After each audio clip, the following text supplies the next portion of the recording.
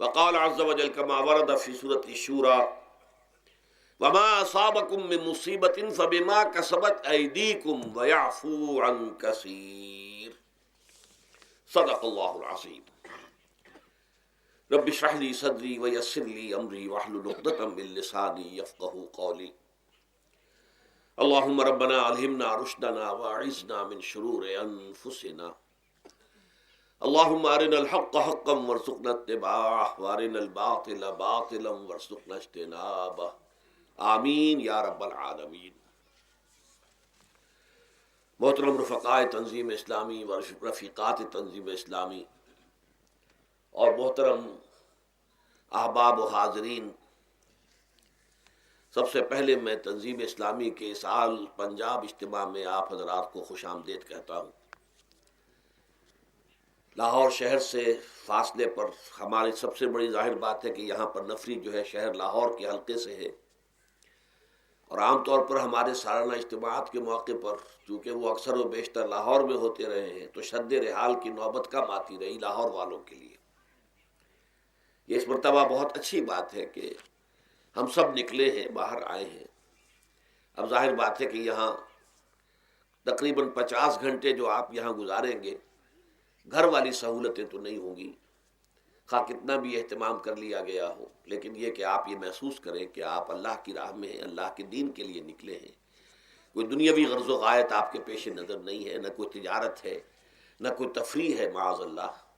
تو اس حوالے سے اس اجتماع کے آداب اور حقوق کو بھی ملحوظ رکھیں، اور اگر کوئی تکلیف آئے تو اسے برداشت بھی پورے ہی خندہ پیشانی کے ساتھ کیجیے. میری آج کی گفتگو کا عنوان ہے ہمارے دکھوں کا واحد علاج اسلام. دیکھیے، انسانی زندگی میں دکھ اور سکھ ان کا چولی دامن کا ساتھ ہے. دکھ بھی ہے، سکھ بھی ہے، سردی کے ساتھ گرمی بھی ہے، نرمی کے ساتھ سختی بھی ہے. ان مع العسر یسرا ان مع العسر یسرا، یسر کے ساتھ عسر ہے، عسر کے ساتھ یسر ہے.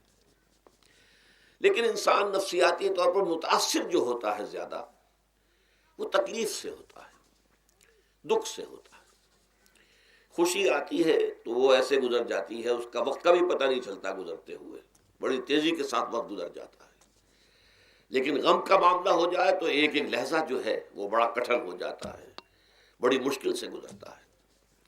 تو انسان کے احساسات پر زیادہ جو اثر آتا ہے وہ دکھ کا آتا ہے.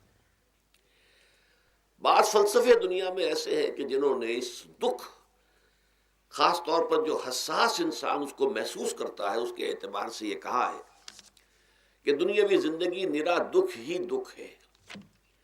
آپ کو معلوم ہے کہ تعداد انسانوں کی بہت بڑی تعداد ہے جو بدھ مت کی پیروکار ہے، اور بدھ مت کا کلمہ طیبہ یہ ہے، یعنی یہ ان کا اصل الاصول ہے. جیسے ہمارے دین کا اصل الاصول ہے لا الہ الا اللہ محمد رسول اللہ، کلمہ طیبہ. ان کا جو کلمہ طیبہ ہے وہ یہ سروم دکھم، سب دکھ ہی دکھ ہے، سب مصیبت ہی مصیبت ہے. انسانی زندگی جو ہے وہ تو صرف دکھوں سے اور تکلیفوں سے عبارت ہے. اسی کو غالب نے بھی کہا ہے، آپ نے یہ شعر بھی غالب کا میں نے بہت سے دروس میں سنا ہوگا کہ قید حیات و بند غم اصل میں دونوں ایک ہیں. یہ قید حیات ہے. ابھی آپ حدیث سن رہے تھے الدنیا سجن المومن، مومن کے لیے یہ دنیا کی زندگی جو ہے جیل خانہ ہے، یہ قید ہے، قید حیات. جیسے جیل میں آدمی اپنی مرضی سے نہیں جاتا، بھیجا جاتا ہے، اپنی مرضی سے نہیں نکلتا بلکہ نکالا جاتا ہے. اسی طرح لائی حیات آئے قضا لے چلی چلے، اپنی خوشی سے آئے نہ اپنی خوشی چلے. تو دنیا کی زندگی جو ہے وہ واقعتاً ایک اعتبار سے قید خانہ ہے. قید حیات و بند غم اصل میں دونوں ایک ہیں. جب تک یہ زندگی رہے گی غم بھی لگا رہے گا، تکلیفیں لگی رہیں گی، مصائب آتے رہیں گے، انسان کو دکھوں کا سامنا رہے گا، واسطہ رہے گا. موت سے پہلے آدمی غم سے نجات پائے کیوں؟ ظاہر بات ہے جب تک زندگی ہے تو غم ہے، تو موت سے پہلے نجات نہیں مل سکتی. اگرچہ اس کے بعد کا اگلا مرحلہ جو ہے، جو حقیقت کو جاننے والے ہیں وہ تو جانتے ہیں کہ اس کے بعد تو غم کا اور بڑا کڑا مرحلہ آنے والا ہے. اب تو گھبرا کے یہ کہتے ہیں کہ مر جائیں گے، مر کے بھی چین نہ پایا تو کدھر جائیں گے. اگر اللہ ہمیں معاف فرمائے، اپنی رحمت اور مغفرت سے ہمیں ڈھانپ لے، جیسے کہ حضور نے فرمایا الا یتغمدنی ربی برحمتہ، حضور نے فرمایا کہ کوئی انسان بھی محض اپنے اعمال کی بنیاد پر جنت میں نہیں داخل ہو سکے گا جب تک کہ رحمت خداوندی دستگیری نہ کرے۔ کسی صحابی نے بڑی ہمت کی، بڑے جرت کا معاملہ کیا، پوچھ لیا کیا حضور آپ بھی؟ ظاہر بات ہے آپ بھی انسان ہیں، آپ بھی بشر ہیں، قرآن مجید میں کہلوایا گیا ہے اور انما انا بشر مثلکم۔ تو اگر آپ کہتے ہیں کوئی انسان جنت میں داخل نہیں ہو سکے گا محض اپنے اعمال کی بنیاد پر جب تک کہ رحمت خداوندی دستگیری نہ کرے، تو کیا آپ بھی اس قاعدہ کلیہ میں شامل ہیں؟ آپ نے فرمایا ہاں میں بھی، الا یتغمدنی ربی برحمتہ، جب تک کہ میرا رب مجھے اپنی رحمت سے ڈھانپ نہیں لے گا میں بھی جنت میں داخل نہیں ہو سکوں گا۔ تو اس اعتبار سے اللہ تعالیٰ وہاں ہمیں بچا لے، لیکن جو وہاں نہیں بچایا گیا، اب ظاہر بات ہے کہ اس کے لیے جو مصیبت ہے وہ تو پھر دائمی ہے، ابدی ہے، دکھ ہی دکھ ہے۔ میں اس کی طرف زیادہ جانا نہیں چاہتا، اس وقت اصل میں میرا موضوع جو ہے وہ اس دنیا میں دکھوں کا علاج۔ اب اس اعتبار سے غور کیجئے، دکھ دو قسم کے ہیں۔ قرآن مجید پر جتنا میں نے غور کیا، دکھ ایک تو وہ ہے کہ جو ناگہانی طور پر آ جاتے ہیں، اس میں ہماری کسی غلطی کو دخل نہیں ہوتا۔ وہ کوئی آفت سماوی ہے، کوئی زلزلہ آ گیا ہے۔ ابھی آپ کو معلوم ہے بھوج جو قصبہ تھا گجرات سٹیٹ کا، انڈیا کا پورا ختم ہو گیا، اس میں بہت سے مسلمان بھی تھے۔ جب کوئی آفت سماوی آتی ہے تو وہ ظاہر بات ہے کہ پھر سب کے سب لوگ اس کی لپیٹ میں آ جاتے ہیں۔ زلزلہ آ گیا یا کوئی اور طوفان آ جائے، جیسا کہ کئی مرتبہ آپ نے اخبارات میں پڑھا ہوگا، اس سال امریکہ میں بہت طوفان آئے ہیں، مشرقی ساحل پر بار بار طوفان آئے، وہاں بھی لوگ مرتے ہیں، وہاں بھی چھتیں اڑ جاتی ہیں، وہاں بھی تباہی جو ہے آتی ہے۔ تو اس حوالے سے ایک تو ہے وہ ناگہانی آفات، آفت ارضی ہو یا آفت سماوی ہو، زلزلہ ہے یا آفت ارضی ہے، طوفان آ گیا ہے، کوئی سائیکلون آ گیا یا آفت سماوی ہے، یا کوئی آسمان سے بڑا سا پتھر آ جائے۔ آپ کبھی کبھی اخبارات میں پڑھتے ہوں گے کہ ایک بڑی چٹان پاس سے گزر گئی، بہت بڑی خلائی چٹان جو ہے زمین کے قریب سے ہو کر گزر گئی، زمین بچ گئی، ورنہ اگر وہ زمین سے ٹکرا جاتی تو نہ معلوم کتنا بڑا یہاں پر تباہی کا معاملہ ہوتا۔ بڑے بڑے جو ہے شہاب گرتے رہے زمین کے اوپر، بڑی بڑی تباہیاں آتی رہی ماضی میں۔ تو ایک تو یہ ہے، اور ان میں بھی تقسیم کیجئے، یہ ناگہانی تکلیف، ناگہانی مصیبت، یا کوئی آفت سماوی یا آفت ارضی، اس کی بھی پھر دو قسمیں ہو گئی۔ ایک وہ کہ جو افراد کو متاثر کرتی ہے انفرادی سطح پر، آدمی سڑک پر جا رہا تھا، پیچھے سے آ کر کسی گاڑی نے ٹکر ماری، گر گیا، ٹانگ ٹوٹ گئی۔ اب ظاہر بات ہے کہ اس میں اس کا کوئی قصور نہیں ہے، یہ اللہ تعالیٰ کی طرف سے بات آ گئی ہے۔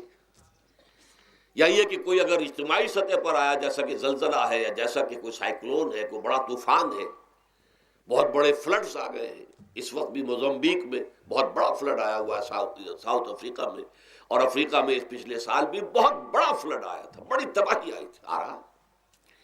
تو یہ آفت سماوی، یہ ظاہر بات ہے کہ اجتماعی سطح پر آتی ہے، بڑی بڑی مقدار میں، تعداد میں لوگ متاثر ہوتے ہیں، لاکھوں لوگ بے گھر ہو جاتے ہیں، ہزاروں آدمی مارے جاتے ہیں۔ تو پہلی شکل جو ہے دکھ کی، جیسا کہ میں نے عرض کیا، وہ ناگہانی دکھ، کوئی آفت ارضی، کوئی آفت سماوی، خواہ وہ انفرادی ہو خواہ اجتماعی۔ اس کے ضمن میں کیا علاج ہے؟ ظاہر بات ہے کہ اس کا علاج یہ تو نہیں ہو سکتا کہ آپ اس کو ختم کر سکیں۔ انگریزی کا ایک محاورہ ہے، what cannot be cured must be endured۔ جو چیز جو ہے جس کا علاج نہیں ہو سکتا وہ تو برداشت کرنی پڑے گی۔ بعض بیماریاں بھی ایسی ہیں، ڈائبٹیز ہو گئی ہے، شوگر کا مرض ہو گیا، ڈاکٹر آپ کو بتائے گا کہ بھائی اب یہ مرض جائے گا نہیں، اب آپ کو اس مرض کے ساتھ ہی اپنے آپ کو ایڈجسٹ کر کے اپنی غذا وغیرہ اس کے مطابق طے کر لیجئے، ورنہ یہ کہ یہ نہ سمجھیے کہ یہ مرض چلا جائے گا۔ تو what cannot be cured must be endured۔ لہذا ان آفت سماوی و ارضی، چاہے وہ انفرادی سطح پر متاثر کرتی ہوں انسانوں کو اور چاہے اجتماعی سطح پر، اس کا تو علاج ایک ہی ہے۔ عربی میں بھی ایک محاورہ یہ ہے کہ کسی نے پوچھا تھا کہ بچھو کے کانٹے کا کیا علاج ہے؟ البکاء الی الصباح، رات کو اگر کاٹا ہے کسی بچھو نے تو روتے رہو صبح تک، یہ علاج ہے، اس کا اور کوئی علاج ہے ہی نہیں۔ تو جو چیز لا علاج ہے اسے برداشت کرنا۔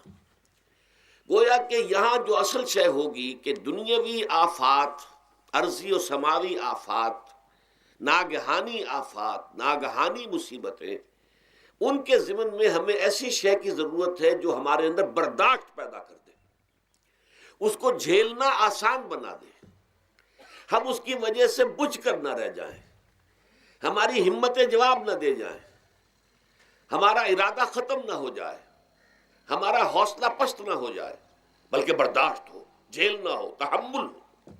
ابھی بٹر صاحب کہہ رہے تھے اللہ تعالیٰ ذرا سا متحمل ہے، میں نے کہا یہ بہت غلط بات کہہ رہے ہیں، اللہ بہت متحمل ہے۔ وہ ذرا سا تو یوں سمجھیے کہ ان کے کہنے کے انداز میں یہ بات آ گئی، ذرا سا رحیم بھی ہے، نہیں وہ بہت رحیم ہے، بہت متحمل ہے، بہت حلیم ہے۔ لیکن یہ کہ ہمیں یہ جو آفات سماویہ اور عرضیہ ہیں جو ہمارے اوپر آ جاتی ہیں اللہ کی طرف سے، ان کے ضمن میں ذہنی ایک ایٹیچیوڈ پیدا ہو جائے، سوچ کا ایک خاص رخ بن جائے، انسان کے احساسات ایک خاص طرز پر ڈھل جائیں، تو پھر ان کو برداشت کرنا آسان ہو جاتا ہے۔ اور وہ کیا ہے؟ وہ ہمارے ایمان کا لازمی تقاضا ہے۔ ایمان ہمیں یہ بتاتا ہے کہ کوئی مصیبت اس زمین میں آتی ہے نہ تمہاری جانوں پر آتی ہے بغیر اذن رب۔ جو کچھ آ رہا ہے اللہ تعالیٰ کے فیصلے سے آیا ہے، یہ کوئی اندھا بہرا مادہ نہیں ہے، یہ کوئی اندھا بھینسا نہیں ہے کہ اس نے آ کے آپ کو ٹکر مار دی ہے، نہیں، یہ تو سمیع و بصیر، علیم و خبیر اللہ اور حکیم اور قدیر اللہ کا فیصلہ ہے۔ لہذا یہ من جانب اللہ ہے، اس کو تم سمجھو کہ اللہ تعالیٰ کی طرف سے ہے۔ اور جب اللہ کی طرف سے ہے تو سورہ آل عمران میں فرمایا بیدہ الخیر، اس کے ہاتھ میں تو خیر ہی خیر ہے۔ یعنی بظاہر تمہیں محسوس ہوتا بھی ہو کہ یہ میرے لیے تکلیف دہ بات آ گئی ہے، تو اس کو یوں سمجھو کہ اس کا نتیجہ جو میرے حق میں نکلے گا وہ خیر ہوگا۔ فوری طور پر تو تکلیف ہے، مجھے اچھی نہیں لگ رہی، ناگوار ہے، لیکن نتیجہ اس کا خیر نکلے گا۔ جیسے بچہ بیمار ہے، ماں اسے دوا پینے پر مجبور کر رہی، کڑوی دوا ہے، وہ تو سمجھتا ہے مجھ پر بڑا ظلم ہو رہا ہے، یا آپ لے گئے اسے ڈاکٹر کے ہاں ٹیکا لگوایا ہے، وہ تو چیخ رہا ہے، رو رہا ہے، لیکن آپ کو معلوم ہے، کاش اسے بھی معلوم ہو جائے کہ یہ میرے خیر کے لیے، میرے بھلے کے لیے، اگر اسے یہ معلوم اور محسوس ہو جائے تو اس کی تکلیف اس کے اندر بہت کمی آ جائے گی، وہ سہار لے گا، اس کو وہ برداشت کرے گا۔ اس حوالے سے اس کا جو ہمارے دین میں اس کا نام ہے، اس ذہنی کیفیت کا، ان احساسات کا، اسے اب کہتے ہیں تسلیم و رضا۔ جو کچھ آ رہا ہے اللہ کی طرف سے آ رہا ہے، لہذا سر تسلیم خم ہے، اے اللہ ہم قبول کرتے ہیں، رضا، ہر حال میں تیری رضا پر راضی ہیں، جو تیرا فیصلہ ہے ہمیں بصر و چشم قبول ہے، تسلیم و رضا۔ ہم بھی تسلیم کی خو ڈالیں گے، بے نیازی تیری عادت ہی صحیح۔ اللہ تو بے نیاز ہے، لیکن اے اللہ تو ہمارے لیے جو بھی تکلیف کا تو نے فیصلہ کیا، ہم تسلیم کی خو ڈالیں گے، عادت پیدا کر لیں گے اپنے اندر کہ ہر ساقی ماریخت عین الطاف است، کہ میرا ساقی میرے پیالے میں جو کچھ ڈال دے یہ اس کا لطف و کرم ہے۔ یہ مقام رضا ہے، یہ ایمان کا ایک ایسا تقاضا ہے کہ جس کو ہم کہیں گے ایمان کی حلاوت، ایمان کی مٹھاس۔ اگر آپ کا منہ کڑوا ہو جائے تو آپ چینی کھاتے ہیں تاکہ منہ کا ذائقہ ٹھیک ہو جائے۔ اگر تکالیف کی وجہ سے، دکھ کی وجہ سے آپ کے احساسات کے اندر کوئی خرابی پیدا ہو رہی ہے، یہ جو مقام رضا ہے یہ اس کے لیے قند ہے، یہ اس کے لیے چینی ہے، یہ اس کے لیے شہد ہے، یہ اس کی تلخی کو ظاہر کر دینے والی شے ہے کہ اللہ تیری رضا پر راضی، راضی برضائے رب۔ اب اس کے ضمن میں سمجھئے، یہ تو اصولی بات میں نے آپ کو بتا دی، اس کی 3 کیفیات ہو سکتی ہے کیوں اللہ کی طرف سے یہ چیزیں آتی ہیں۔ سب سے پہلی شے ہے، اب وہ جو آیات میں نے سنائی تھی وہ سن لیجئے پہلے ترجمہ۔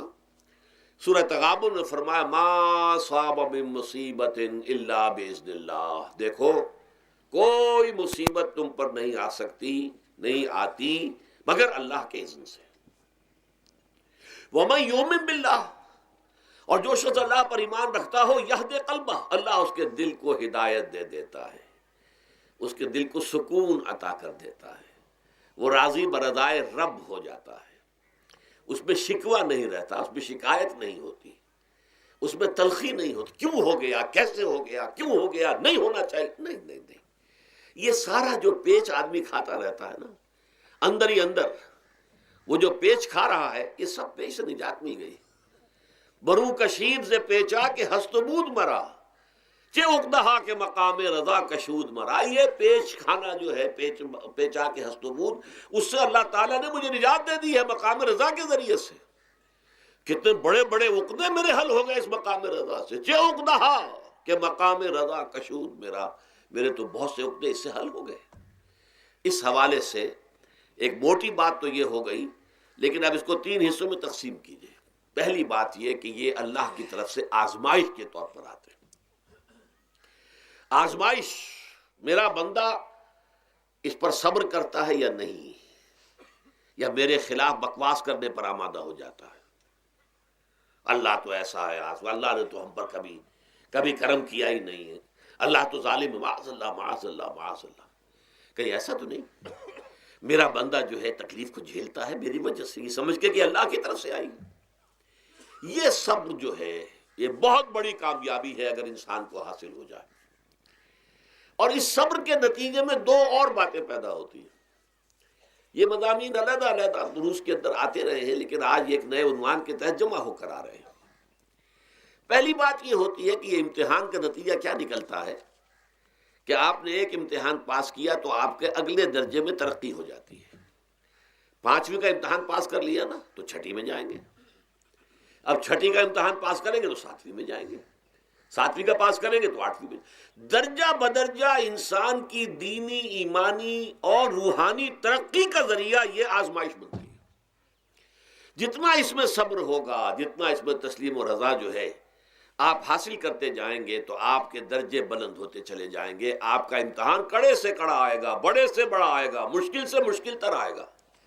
ایک وقت میں MA کا امتحان بھی آپ کو دینا ہوگا، ایک وقت میں ہو سکتا ہے PhD کے لیے تھیسس آپ لکھیں، پھر اس کے اوپر جو ہے ٹیم بیٹھی ہوئی اور آپ سے وہ بحث کرے، جرا کرے آپ سے، وہ بھی کرنا ہوگا۔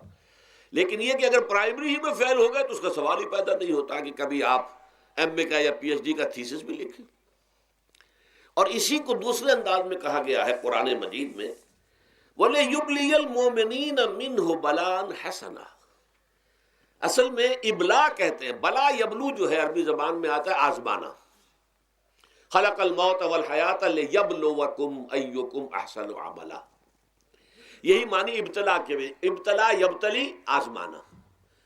ابلا یبلی جو آتا ہے باب افعال سے، اس میں آتا ہے کسی کو کسی تکلیف میں ڈال کر اس کو نکھارنا، کہ اس کا جوہر نکھر جائے، اس کے اندر جو خیر ہے وہ اور چمک جائے، لوگوں کو بھی معلوم ہو جائے کہ یہ شخص اس مقام کا اہل ہے، اس کے اندر یہ صلاحیت ہے، اس میں یہ قوت موجود ہے۔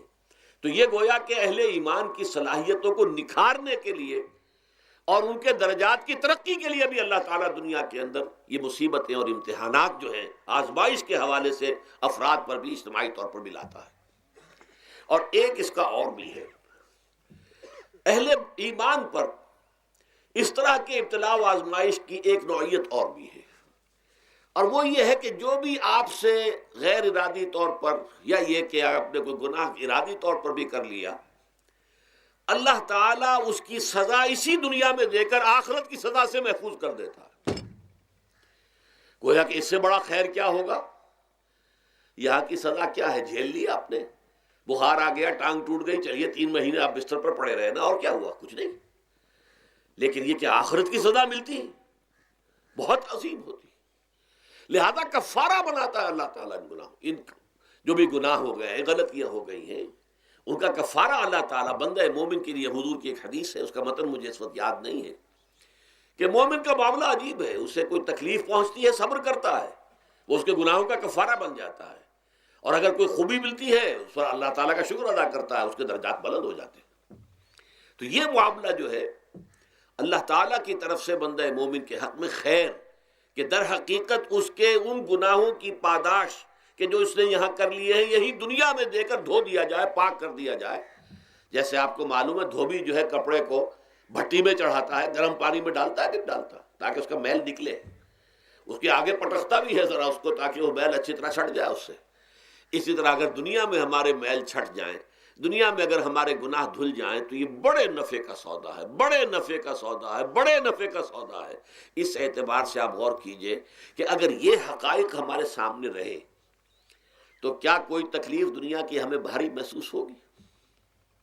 ہمیں تو بتایا یہ گیا ہے کہ عسیٰ ان تکرہوا شیئا وہو خیر لکم وعسیٰ ان تحبوا شیئا وہو شر لکم واللہ یعلم وانتم لا تعلمون۔ ہو سکتا ہے کہ تم کسی چیز کو ناپسند کرو، درا حال ہے کہ اسی میں تمہارے لیے خیر ہے، تمہیں نہیں پتا، اور ہو سکتا ہے تم کسی چیز کو پسند کرو، درا حال ہے کہ اس میں تمہارا شر ہے لیکن تمہیں نہیں معلوم۔ اللہ یعلم وانتم لا تعلمون، اللہ جانتا ہے تم نہیں جانتے۔ اس حوالے سے سبردم بتو مایا خیش را تو دانی حساب کم و بیش را، اے اللہ، اس کو کہتے ہیں تفویض۔ یہ سورہ تغابن کے درس میں یہ تمام مضامین تفصیل سے آتے ہیں کہ ایمان کے جو باطنی ثمرات ہیں اس میں سب سے پہلے مقام رضا ہے، پھر تفویض ہے، توکل ہے۔ آپ محنت کر رہے ہیں، محنت کر رہے ہیں، محنت کر رہے ہیں، نتیجہ نہیں نکلا۔ ایک نتیجہ یہ نکلے، ایک بچے نے بہت محنت کی، دن رات کام کیا، فیل ہو گیا امتحان میں۔ اب صدمے سے کمر ٹوٹ سکتی ہے اس کی، لیکن نہیں، ہو سکتا ہے کہ اللہ تعالیٰ نے اسی میں میرے لیے خیر رکھی ہو۔ اس لیے کہ ہماری محنت سے کچھ نہیں ہوگا، ہمارے مادی وسائل سے کچھ نہیں ہوگا، ہوگا اللہ کے اذن سے، اللہ کی مرضی سے، اللہ کی مشیت سے۔ یہ ہمارے لیے خاص طور پر اس اعتبار سے بہت اہم نکتہ ہے، ہم سب راہ حق کے مسافر ہیں، اپنے اپنے بس پڑتے محنت کر رہے ہیں، وقت بھی صرف کر رہے ہیں، مال بھی صرف کر رہے ہیں، محنت کر رہے ہیں، مشقت کر رہے ہیں، لیکن فرض کیجئے جیسا کہ ہے فی الواقع، فرض کیا کیجئے، وہ تو واقع سامنے کی بات ہے، نتائج نکلتے نظر نہیں آ رہے، قدم نہیں بڑھ رہے، ہماری طرف لوگوں کا رجوع عام نہیں ہے، ٹھیک ہے، اس پر قطعاً بدل ہونے کی بات نہیں ہے، یہ اللہ تعالیٰ کی مشیت میں ہوگا، جب وہ چاہے گا تب ہوگا۔ ہمارا کام یہ کہ اپنا فرض ادا کیے چلے جائیں بس، اور نتیجے سے بالکل ذہن کو اپنے منقطع کر لیں، ذہن کا کوئی تعلق آپ کے نتیجے کے ساتھ نہ رہے۔ یہ جب تک کیفیت ہماری نہیں ہوگی، ہم اس راہ پر استقامت اور مدام اس پر محنت اور جد و جہد کرنا جو ہے وہ ہمارے لیے ممکن نہیں رہے گا۔ اس کے لیے میں اگر آپ کے سامنے رکھوں معاملہ کہ حضور صلی اللہ علیہ وسلم کے جو پہلے 10 برس ہیں، جب سے آپ کو آغاز ہوا ہے وحی کا، اس کے بعد سے پہلے 10 برس دن رات کی محنت، شدید مشقت، یہاں تک کہ اللہ بھی روک رہا ہے، نبی آپ اپنے آپ کو ہلاک کر لیں گے، لعلک باخع نفسک الا یکونوا مؤمنین، کیا آپ اپنے آپ کو اس صدمے میں ہلاک کر لیں گے؟ یہ ایمان نہیں لا رہے، اس قدر صدمہ۔ لیکن اس کے ساتھ یہ ہے کہ یہ نہیں ہے کہ نتیجہ نہیں نکل رہا تو کام چھوڑ کے بیٹھ جائیں، نہیں، معاذ اللہ، معاذ اللہ۔ نتیجہ نہ نکلے تو حضرت نوح علیہ السلام کی عمر بھی اگر حضور کی ہوتی، 950 برس بھی حضور دعوت دیتے، آپ کا کام تھا، آپ کا فرض تھا۔ حضرت نوح علیہ السلام بھی تو آخر اللہ کے ایک بندے تھے، اللہ کے رسول تھے، 950 برس تک دعوت دی ہے۔ فَلَبِثَ فِيهِمْ أَلْفَ سَنَةٍ إِلَّا 50 عاما، یہ تو ہم مانتے ہی نا، اگر قرآن کے اندر نص قطعی صریح الفاظ نہ ہوتے کہ 950 برس تک رہے، ورنہ یہ بات سمجھ سے بالا تر ہے۔ عام طور پر معلوم ہوتا ہے کہ اس دور میں ابھی عمریں زیادہ تھی لوگ۔ بہرحال جو میں نے عرض کیا تھا کہ دکھ جس سے انسان متاثر ہوتا ہے، اس کی ایک قسم وہ ہے کہ جو ہمارے ارادہ اور اختیار سے باہر، اللہ کی مشیت سے، اللہ کے اذن سے، اللہ کی مرضی سے آتا ہے۔ اس کے لیے ہمارا کام صرف برداشت ہے۔ جو شے بھی ہمیں برداشت کی صلاحیت عطا کر دے وہی اس کا علاج ہے۔ جیسے آپ کو معلوم ہے کہ بخار بہت تیز چڑھا ہوا ہے، اس کی دوا نہیں ہے اسپرین یا کوئی اور پیراسیٹامول، بخار کی شدت کو کم کر دے گا، وہ کوئی علاج نہیں ہے۔ علاج تو ہوگا اگر معلوم ہو کہ کون سے جراثیم ہے، کس کی وجہ سے ہے، اس کا صحیح اینٹی بائیوٹک کون سا ہے، وہ علاج ہوگا۔ یہ علاج نہیں ہے، لیکن اس کی شدت کی کمی اور اس کے اندر جو احساس ہے جھیل جانے کا، وہ انسان کے لیے آسان ہو جاتا ہے۔ یہی مضمون آیا ہے سورہ حدید میں بھی، ما اصاب من مصیبت فی الارض ولا فی انفسکم، یہاں کھول دیا اس مضمون کو۔ میں نے عرض کیا تھا نا کہ یہ آفت سماوی بڑے پیمانے پر بھی ہو سکتی ہے، زمین میں یعنی زلزلہ آ گیا، فلڈ آ گیا، طوفان آ گیا، ولا فی انفسکم، خاص تمہاری جان میں، تمہیں بخار ہو گیا، تمہیں ٹی بی لگ گئی، تمہیں کوئی اور بیماری آ گئی، تمہیں کینسر ہو گیا، معاذ اللہ ثم معاذ اللہ، ہوتا ہے، آخر ہوتا ہے، دنیا میں انسانی زندگی کے ساتھ یہ ساری چیزیں لگی ہوئی ہیں۔ لیکن یہ چیزیں ما اصاب من مصیبت فی الارض ولا فی انفسکم، نہیں پڑتی تم پر کوئی پڑنے والی کوئی مصیبت، کوئی تکلیف، نہ پوری زمین میں بڑے پیمانے پر، نہ تمہاری جانوں میں انفرادی سطح پر، الا فی کتاب من قبل ان نبراہا، مگر یہ کہ وہ تو ایک کتاب میں، کتاب اللہ کے علم کی کتاب، ام الکتاب، اس میں پہلے سے درج موجود ہے۔ یہ الٹ ٹپ نہیں ہو گیا، یہ اچانک نہیں ہو گیا۔ آپ اچانک سمجھتے ہیں کہ صاحب میں تو جا رہا تھا، اچانک ٹرک نے آ کے مجھے دھکا مار دیا۔ اچانک کوئی شے یہاں نہیں ہوتی، اس کائنات میں پتہ تک نہیں ہلتا جب تک کہ اذن رب نہ ہو۔ اچانک کا کیا سوال؟ تو در حقیقت جو ہوتا ہے وہ اللہ تعالیٰ کے علم میں پہلے سے ہے، علم کامل، ما کان وما یکون، جو کچھ ہوا ہے، جو کچھ ہوگا، مستقبل، ماضی، کل کا کل آنے واحد میں اللہ کے علم میں موجود ہے۔ لہذا یہاں اچانک کچھ نہیں ہوتا، جو بھی آیا ہے اللہ کے اذن سے آیا ہے، اور یہ پہلے سے اللہ کے علم کے اندر موجود تھا، لکھا ہوا تھا، الا فی کتاب من قبل ان نبراہا ان ذلک علی اللہ یسیر۔ یہ تمہیں تو مشکل نظر آئے گا لیکن اللہ پر بڑا آسان ہے، اللہ کا علم کامل ہے، ما کانا ما یکون کو حاوی ہے۔ لِكَيْ لَا تَأْسَوْا عَلَىٰ مَا فَاتَكُمْ، تاکہ تم افسوس نہ کیا کرو ان چیزوں پر جو تم سے چھوٹ جائیں، جاتی رہیں، چھن جائیں۔ کوئی موقع تھا ہاتھ سے نکل گیا، کوئی دولت تھی اس پر ڈاکہ پڑ گیا، کوئی اور مصیبت ہے وہ آ گئی، کوئی عزیز فوت ہو گیا، اکلوتا بیٹا تھا فوت ہو گیا، وغیرہ وغیرہ۔ ما فاتکم، فات سے ہی فوتیدگی ہے نا، جو شے بھی نکل جائے، چلی جائے، ہاتھ سے جاتی رہے، چاہے وہ کوئی آپ کا عزیز تھا جو فوت ہو گیا تو آپ کے ہاتھ سے نکل گیا، یا کوئی مال تھا جو آپ کے قبضے سے نکل گیا، ڈاکہ پڑ گیا، چوری ہو گئی، نقصان ہو گیا کاروبار میں بہت بڑا، اس پر افسوس نہ کیا کرو۔ اگر افسوس کرو گے تو اس کا مطلب کیا ہوگا کہ تمہیں اللہ پر اعتماد نہیں ہے، یا تم سمجھتے ہو کہ اللہ کے سوا بھی کوئی ہے جو یہ کام کر سکتا ہے۔ کائنات میں تو ایک ہی کی مرضی چلتی ہے، وہ ہے اللہ۔ لہذا اگرچہ وہ کسی کے ذریعے سے تکلیف آپ کو پہنچی ہے، کسی نے آپ کو پتھر مارا ہے، وہ پتھر ہو سکتا ہے آپ کو نہ لگتا، لگ گیا ہے تو اللہ کے فیصلے سے لگا ہے، اس کا باپ بھی نہیں پتھر مار سکتا آپ کو اگر اللہ کا اذن نہ ہو۔ لہذا آپ پتھر مارنے والے کو بھی مجرم سمجھیے، ٹھیک ہے، اس سے بھی قصاص لینے کا آپ کو حق ہے، لیکن یہ جان لیجئے کہ جو آیا ہے پتھر وہ اذن رب سے آیا ہے۔ اب ظاہر بات ہے کہ اگر یہ کیفیت ہوگی تو غصہ اتنا نہیں ہوگا اس شخص پر کہ جس نے یہ کام کیا ہے، بلکہ ہو سکتا ہے آدمی مسکرا کے رہ جائے، جیسے کہ وہ میں واقعہ سناتا رہا ہوں اپنے دروس میں کہ ایک درویش منش آدمی جا رہا تھا، جو رب کرے سو ہو، جو رب کرے سو ہو، جو رب کرے سو ہو۔ کسی شخص نے پتھر اٹھا کر دے مارا، اس کے سر پہ لگ گیا کہ اس نے پیچھے پلٹ کر دیکھا کس نے مارا ہے۔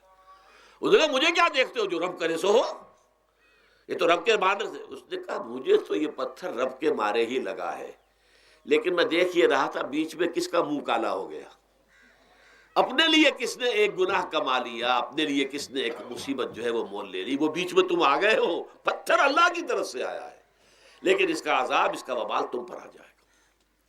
بہرحال یہ تو میں نے عرض کیا آپ کے سامنے، وہ چیزیں کہ جو آ جاتی ہیں، وہ تکالیف، وہ مصائب جو اللہ کی طرف سے من جانب اللہ ہے، اس میں آپ کسی کو مورد الزام نہیں ٹھہرا سکتے، وہ آپ پر آ گیا۔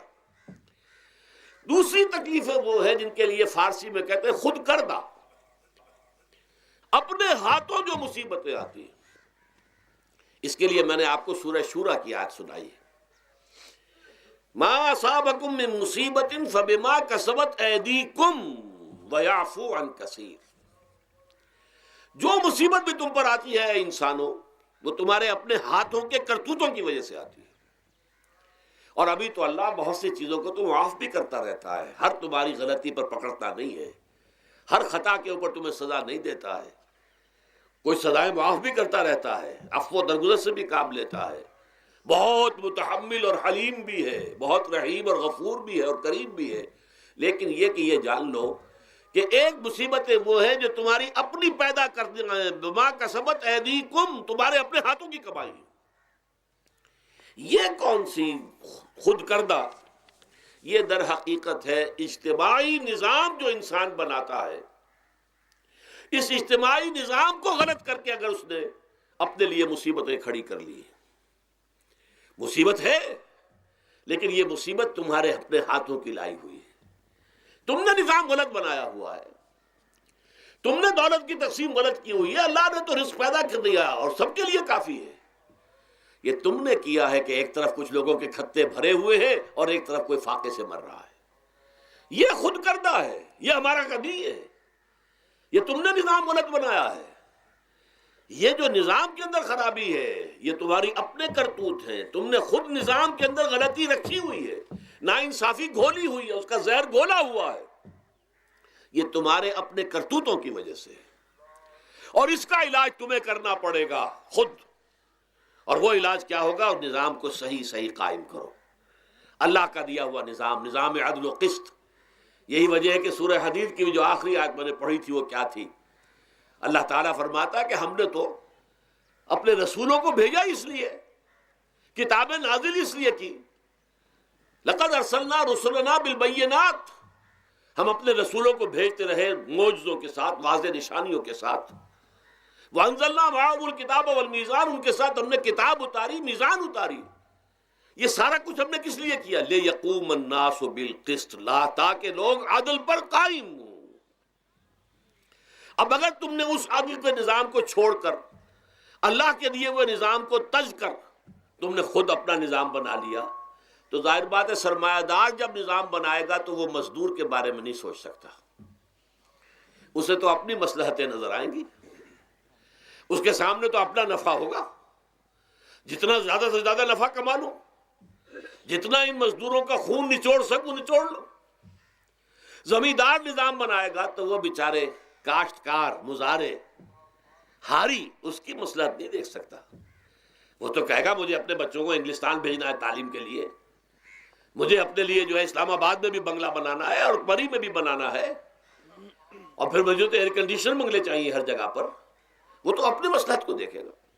وہ غریب کے ساتھ کیا بیت رہی ہے جو دن رات کی محنت اور مشقت کر رہا ہے، جس نے ہل چلایا ہے، جس نے بیج ڈالا ہے، جس نے پانی دیا ہے، جس نے فصل کی دیکھ بھال کی ہے، جس نے پھر فصل کاٹی ہے، اس کے لیے تو بمشکل 2 وقت کا گزارا، وہ بھی بمشکل، اور اس کے علاوہ نہ اس کے بچے کے لیے علاج معالجے کی کوئی سہولت ہے، نہ اس کی اولاد کے لیے تعلیم کی کوئی کا بندوبست ہے، لیکن یہ کہ اسی کی محنت کے نتیجے میں عیش اڑا رہا ہے وہ زمیندار اور جاگیردار، ان کے محل ہیں، ایئر کنڈیشنڈ ہیں، ان کے بچے انگلستان اور امریکہ میں تعلیم حاصل کرتے ہیں، اب آگے بڑھ کر انہوں نے کارخانے دار بھی وہ بن گئے۔ وہی لوگ ہیں کہ جو اعلیٰ تعلیم حاصل وہ کرتے تھے وہی بیوروکریٹس بنتے ہیں، انہی میں بڑے بڑے افسر آئیں گے۔ عام آدمی جو ہے وہ تو شاذ نکل آتے ہیں، کچھ لوگ بہت ذہین بچے بھی ہوتے ہیں، غربا کے بچے بھی ہوتے ہیں، کبھی کبھی نکل آتے ہیں، لیکن وہ تو کوئی 1-2 دانے ہوں گے ایسے جو بہت ہی انتہائی طور پر غیر معمولی طور پر ذہین ہو۔ عام بچہ کہاں کرے گا، کیسے جائے گا؟ لہذا وہ پیچھے رہ جائے گا، وہ جونیئر کلرک ہوگا یا بہت تیر مارے گا سینئر کلرک ہو جائے گا، اپر گریڈ کلرک ہو جائے گا لوور گریڈ کلرک سے بڑھ کر۔ اللہ اللہ خیر صلی اللہ، یہ کمشنر کون ہوں گے، ڈپٹی کمشنر کون ہوں گے، یہ تو ظاہر بات ہے اسی، سیکریٹری کون ہوں گے، یہ 22 گریڈ والے کون ہوں گے، 21 گریڈ والے کون ہوں گے، ان کی اکثریت انہی لوگوں میں سے ہوگی۔ اس حوالے سے یہ جو غلطی، یہ جو دکھ ہے، یہ دکھ تمہارا اپنا پیدا کرتا ہے، اور خود کردہ رہا علاج نہیں، اس کا علاج اور کچھ نہیں ہے جب تک کہ تم خود اپنے طرز عمل کو نہیں بدلو گے۔ اب یہ جو دکھ ہے میں اس میں سے چند کو آپ کے سامنے گنوانا چاہتا ہوں۔ دیکھیے، سب سے پہلا دکھ جو دنیا میں انسان نے خود پیدا کیا سماجی سطح پر، یہ پیدائشی طور پر نیچ ہے اور یہ پیدائشی طور پر اونچا ہے، یہ مسلی ہے اور یہ سید ہے۔ ہمارے ہاں تو پھر بھی اللہ کا فضل ہے کہ اتنا زیادہ فرق و تفاوت نہیں، ہندوؤں میں یہ شودر ہے اور یہ برہمن ہے، علم حاصل کرنا برہمن کا حق ہے، شودر کا حق ہی نہیں ہے۔ اور شودر کے کان میں اگر اشلوک بھی پڑ جائے کہیں بغیر ارادے کے، کہیں جا رہا تھا اور کہیں گیتا کے اشلوک ہو رہے تھے، اس نے سن لیے، تو اس کی سزا کیا ہے؟ سیسا جو ہے اس کو پگھلا کر اور وہ اس کے کان میں ڈال دیا جائے تاکہ سماعت ہی ختم ہو جائے۔ دنیا میں یہ کس نے کیا بھائی؟ یہ خود انسان نے کیا۔ یہ ظلم انسان اپنے اوپر ڈھا رہا ہے، یہ اونچ نیچ اس نے خود بنائی ہے۔ ہمارے ہاں بھی ہے، اتنی نہیں ہے۔ مصلی کا کیا مقام ہے آپ کے معاشرے میں؟ سید کچھ بھی ہو، بدمعاش ہو، زانی ہو، سید ہے، اسے تو جھک کر اس کے گوڑے کو ہاتھ لگائیں گے۔ لیکن یہ کہ دوسرا شخص جو ہے مصلی کتنا ہی نیک ہو، بھلا ہو، پارسا ہو، وہ برابر جو ہے چارپائی پر بھی بیٹھنے کا حقدار نہیں۔ یہ ساری اونچ نیچ ہم نے پیدا، اللہ نے نہیں کیا تھا۔ اللہ نے تو تمام انسانوں کو مساوی پیدا کیا۔ اللہ کے رسول یہ فرما کر گئے، لا فضل لعربی علی عجمی ولا لعجمی علی عربی ولا لأحمر علی اسود ولا لأسود علی احمر الا بالتقوی کلکم بنو آدم وآدم من تراب۔ دیکھو کسی عرب کو کسی اجمی پر فضیلت نہیں ہے، کسی اجمی کو کسی عرب پر کوئی فضیلت نہیں ہے، کسی گورے کو کسی کالے پر فضیلت نہیں ہے، کسی کالے کو کسی گورے پر فضیلت نہیں ہے، الا بالتقوی۔ یہ اگر فضیلت ہے تقوی، کون خدا ترس زیادہ ہے، کس کے اخلاق زیادہ بلند ہیں، کون نیک اور پارسا زیادہ ہے، کون لوگوں کی خدمت زیادہ کرتا ہے، اس کے اعتبار سے درجہ بلند ہوگا۔ پیدائشی طور پر تمام انسان بالکل مساوی ہے۔ پھر ہمارے معاشرے میں جو ظلم ہوتا ہے، دو طبقات ہیں جو حضرات سورہ نساء پڑھتے ہیں، اس میں سب سے پہلے دو طبقات جو کہ گرے ہوئے تھے اس معاشرے میں اور آج بھی گرے ہوئے ہیں، ایک یتیم اور ایک عورت۔ ان دونوں کے لیے ابتدائی سے سورہ نساء کے اندر جو ہے احکام آئے تو ان کے بارے میں آئے۔ یتیموں کو ان کا مال ہڑپ کر جانا، ان کو دھکے دینا۔ ارأیت الذی یکذب بالدین فذلک الذی یدعو الیتیم ولا یحض علی طعام المسکین۔ تم نے کبھی غور کیا اس شخص پر جو کہ جزا و سزا کا منکر ہے؟ وہی ہے کہ جو یتیم کو دھکے دیتا ہے۔ یتیموں پر ظلم ہوتا ہے، وہ آپ کے معاشرے میں پستے ہیں، پٹتے ہیں، ان کا کوئی والی وارث نہیں، ان کی طرف سے کوئی پوچھنے والا نہیں، کوئی بولنے والا نہیں۔ اور پھر یہ کہ اگر اس کا باپ کو مال چھوڑ گیا ہے تو وہ چچا کھا جائیں گے، کوئی اور ولی کھا جائیں گے، ختم کر دیں گے، ہڑپ کر جائیں گے۔ جس پر قرآن مجید کہتا ہے کہ ان الذین یاکلون اموال الیتامی ظلما انما یاکلون فی بطونہم نارا۔ یقیناً وہ لوگ جو یتیموں کا مال ناحق ہڑپ کرتے ہیں، وہ اپنے پیٹوں میں آگ کے انگارے بھر رہے ہیں۔ وَسَيَصْلَوْنَ سَعِيرًا۔ اور یہاں تو دنیا میں جو آگ کے انگارے ہیں وہ محسوس نہیں ہو رہے، آخرت میں ایک طرف وہ آگ کے انگارے ظاہر ہو جائیں گے جو اندر سے جلائیں گے، اور ایک طرف جہنم کی آگ باہر سے جلائے گی۔ یہ دو طرفہ جلن جو ہے ان کو برداشت کرنی پڑے گی۔ ظاہر بات ہے یہ ہمارا اپنا کیا ہوا ہے، یہ اللہ کی طرف سے نہیں ہے، یہ ہم نے نظام غلط بنایا ہے، ہم نے اتوار اپنے برے کر لیے۔ اور دوسرا طبقہ خواتین کا، عورتوں کا۔ سب سے بڑا ظلم اس معاشرے میں کیا ہے؟ جو بچپن ہی سے احساسات کے اوپر ایک بوجھ بن جاتا ہے بچیوں کے، کہ بیٹے کو افضل سمجھتے ہیں، بیٹی کو جو ہے گھٹیا سمجھتے ہیں۔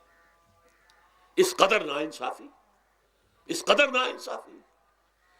اسی باپ کے نطفے سے بیٹا بھی ہے اور بیٹی بھی ہے، اسی ماں کے رحم میں بیٹے نے بھی پرورش پائی ہے، بیٹی نے بھی پرورش۔ بعضکم من بعض، قرآن کہتا ہے تم سب ایک دوسرے میں سے ہو، کوئی افضل نہیں، کوئی گھٹیا نہیں۔ اللہ تعالیٰ نے، اللہ کے نبی نے کسی بیٹے کی پرورش پر کوئی اجر و ثواب نہیں بتایا۔ ہاں، 2 یا 3 بیٹیوں کو پال پوس کر، تہذیب سکھا کر، پھر ان کی شادی کر کے ان کے گھروں میں پہنچا دیا، جنت کی ضمانت اللہ تعالیٰ دے رہا ہے۔ اور سب سے بڑی بات یہ کہ سب سے زیادہ محبوب انسان حبیب اللہ محمد ہے صلی اللہ علیہ وسلم، اور محمد کو اللہ نے بیٹے نہیں دیے، دیے بھی تو لے لیے، بیٹیاں دی، 4 بیٹیاں دی۔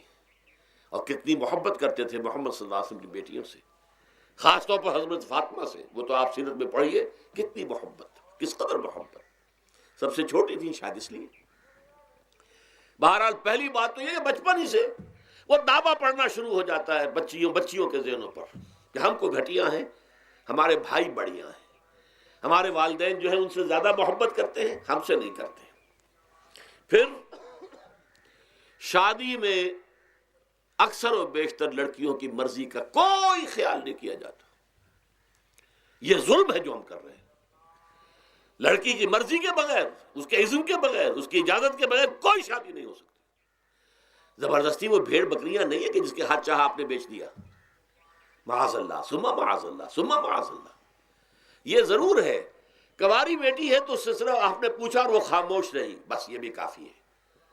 البتہ یہ کہ اگر کوئی سیبہ ہے جس سے پہلے نکاح ہو گیا تھا، بیوہ ہو گئی، یا پہلے شادی تھی ایک خلا لے لی، طلاق لے لی یا طلاق ہو گئی، اس کو تو کہنا پڑے گا کہ ہاں مجھے کوئی اعتراض نہیں ہے اگر میری فلاں شخص سے شادی کر دی جائے، اس کے بغیر نکاح ہو نہیں سکتا. پھر ان سب کے اوپر سب سے بڑا ظلم، یہ تو اللہ تعالیٰ آپ کو توفیق دے تو دوسرا رکوع سورہ نساء کا پڑھیں. کتنی تاکید کے ساتھ احکام آئے ہیں وراثت کے. وراثت مما قل منہ او کثر، چاہے زیادہ مال کسی نے چھوڑا ہو چاہے تھوڑا سا چھوڑا ہو، لیکن وراثت کے احکام جو ہیں ان کو نافذ کرنا ہوگا. نصیبا مفروضا، یہ اللہ کی طرف سے حصے ہیں جو مقرر کر دیے گئے ہیں. لیکن ہمارے معاشرے میں کون ہے جو بیٹیوں کو دینے کو تیار ہو اور بہنوں کو دینے کو تیار ہو؟ مجھے تو حیرت ہوئی تھی. مالا کنڈ میں آپ کو معلوم ہوگا ایک دفعہ بڑی تحریک چلی تھی شریعت کے نفاذ کی. مولوی صوفی محمد صاحب بڑے نیک آدمی ہیں، بہت، اس میں کوئی شک نہیں. 80,000 کا مجمع لے کر، جلوس لے کر وہ چل پڑے تھے اسلام آباد کی طرف. جیسے ابھی اکرم آوان صاحب نے دھمکی دی تھی کہ 3 لاکھ میرے پاس ہیں، لیکن وہ 3 لاکھ میں سے وہ تو ان کے ہاں جمع جو ہوئے مشکل 5 سے 6 ہزار آدمی جمع ہوا تھا کل. لیکن یہ تو 80,000 کو مالا کنڈ سے لے کر اور دریائے اٹک تک تو پہنچ گیا تھا. اللہ کا بندہ، 80,000 کا قافلہ وہاں روکا گیا. لیکن ان سے بھی جب میں نے جا کر بات کی کہ مولانا شریعت آپ نافذ کروانا چاہتے ہیں، لیکن کیا آپ بچیوں کو بھی وراثت کا حق دینے کو تیار ہیں؟ کیا نہیں، یہ تو رواج کا معاملہ ہے. میں نے کہا لا حول ولا قوت الا باللہ. اگر یہ رواج کا معاملہ ہے تو باقی چیزیں بھی رواج کی ہیں. پھر شریعت بدل چکی ہے، اب شریعت کا رواج نہیں رہا، ساری شریعت چھوڑ دیجیے آپ. لیکن ان کی نیکی کی بات ہے یہ کہ پہلے توجہ کبھی ان کی ادھر نہیں ہوئی، لیکن میری یہ بات جو ہے ان کو لگ گئی، ان کے دل کو. اگلی مرتبہ جب ان سے ملنے گیا تو انہوں نے کہا کہ اب میں نے بیعت لینی شروع کی ہے لوگوں سے کہ وہ اپنی بیٹیوں کو بھی حق دیں گے، وراثت کے اندر تقسیم کر کے دیں گے حصہ. لیکن یہ کہ اس وقت تک انہوں نے کہا تھا ابھی کل 28 آدمیوں نے بیعت کی ہے. وہ 80,000 سے بیعت یہ لینی آسان کام نہیں ہے. 80,000 کو جوش دلا کر شریعت کے نام پر لا کر ٹکرا دینا یہ آسان کام ہے، لیکن 80,000 سے یہ بیعت لینا کہ پورے شریعت پر عمل کریں گے یہ بہت مشکل ہے. یہی تو وجہ ہے ہمارا قافلہ اگر سست گام ہے تو کیوں ہے. ہم یہ کہتے ہیں کہ پہلے میدان میں آنے سے پہلے اپنی ذات پر، اپنے گھر میں دین نافذ کرو، پھر باہر نکلو. اپنی معاش اور اپنی معاشرت پر اسلامی شریعت نافذ کرو، پھر باہر آ کر اسلام کا نعرہ لگانے کا تمہیں حق پہنچتا ہے، ورنہ نہیں. اگر تمہاری اپنی ذات پر دین نافذ نہیں، چہرے پر 12 بجے ہوئے ہو، اللہ تعالیٰ کے نبی کی سنت کا کہیں آثار دور دور تک نظر نہ آ رہے ہو، روزانہ پھاوڑا چلا رہا ہو آدمی نبی کی سنت کے اوپر شیو کر رہا ہو، اور پھر وہ کہے میں اسلام چاہتا ہوں. بھائی اللہ کے بندے، پہلے ذرا یہ کمی پوری کر لے.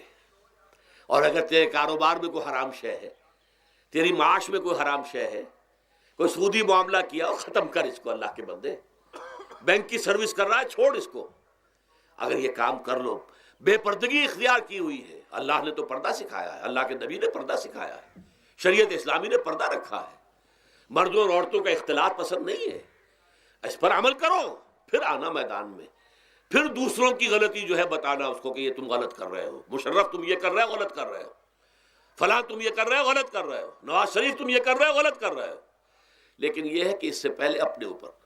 اسی لیے میں نے آپ کو بتا دیا وہ واقعہ کہ انہوں نے بتایا، بعد میں اور بھی آ گئے ہوں گے انشاءاللہ، مجھے امید ہے. لیکن جب میں ملا تھا تو انہوں نے کہا تھا ابھی صرف 28 آدمیوں نے بیعت کی. بہرحال عورتوں کا ایک حق ہے جو حضور نے بیان فرمایا اور قرآن مجید نے بیان کیا. عاشروہن بالمعروف، عورت کا اکرام ہو، بیٹی کی حیثیت سے بھی، بہن کی حیثیت سے بھی، بیوی کی حیثیت سے بھی، اور ماں کی حیثیت سے تو سمجھو کہ جنت جو ہے وہ ماں کے قدموں تلے ہے۔ الجنت تحت اقدام الامہات، فرمان ہے محمد رسول اللہ صلی اللہ علیہ وسلم کا۔ لہذا اکرام، عورت کا اکرام، عورت کی عزت، بیٹی کی حیثیت سے بھی، بہن کی حیثیت سے بھی، بیوی کی حیثیت سے بھی، اور ماں کی حیثیت سے بھی۔ عاشروہن بالمعروف، اپنی بیویوں کے ساتھ رہو بڑے طریقے پر، نیک طریقے پر، اچھے طریقے پر۔ حضور نے یہاں تک فرمایا خیارکم خیارکم لأہلیکم وانا خیرکم لأہلی۔ دیکھو مسلمانوں، اے میرے صحابیوں، تم میں سے بہتر لوگ وہ ہیں جو اپنے گھر والوں کے حق میں بہتر ہیں، نرمی کرتے ہیں۔ عورت کے بارے میں یہ بھی فرمایا، ایک مرتبہ سواری تیز دوڑا رہے تھے جو بھی اونٹ کو لے کے جانے والے تھے، جبکہ ہودج میں کچھ خواتین سوار تھیں۔ حضور نے فرمایا دیکھو نہ، یہ نگینے ہیں جو سوار ہیں، ان کو زیادہ دھکے نہ لگواؤ تیز تیز اونٹ چلا کر، ان کے ساتھ نرمی ہو، ان کے ساتھ نیکی کی جائے، ان کے احساسات کا خیال رکھا جائے، ان کے ساتھ زیادتی نہ ہو، مار پیٹ کا کیا سوال، معاذ اللہ ثم معاذ اللہ۔ ان کے ساتھ جو ہے عاشروہن بالمعروف، بھلے طریقے پر گزارا کرو۔ یہاں تک فرمایا ہو سکتا ہے کہ کسی وجہ سے تمہاری بیوی جو ہے تمہاری نگاہوں سے گر جائے، اب آپ کے دل میں اتنی محبت نہیں رہی، لیکن اللہ فرماتا ہے دیکھو ہو سکتا ہے کہ اس میں کوئی پہلو ایسا ہو، تلاش کرو، کوئی پہلو ایسا ہو بہتری کا کہ جس کی وجہ سے تلاش کر کے اس کو اپنی نگاہوں میں مرکوز کر لو، تاکہ اس کے تمہارے دل میں اس کے لیے محبت دوبارہ اثر نہ ہو۔ اس پہلو کی وجہ سے جو تمہاری نگاہ سے اوجھل تھا، وہ اچھائی اس میں ہے، سیرت کی اچھائی ہے۔ صورت بہت اچھی نہیں ہے، اللہ نے سیرت اچھی دے دی ہے۔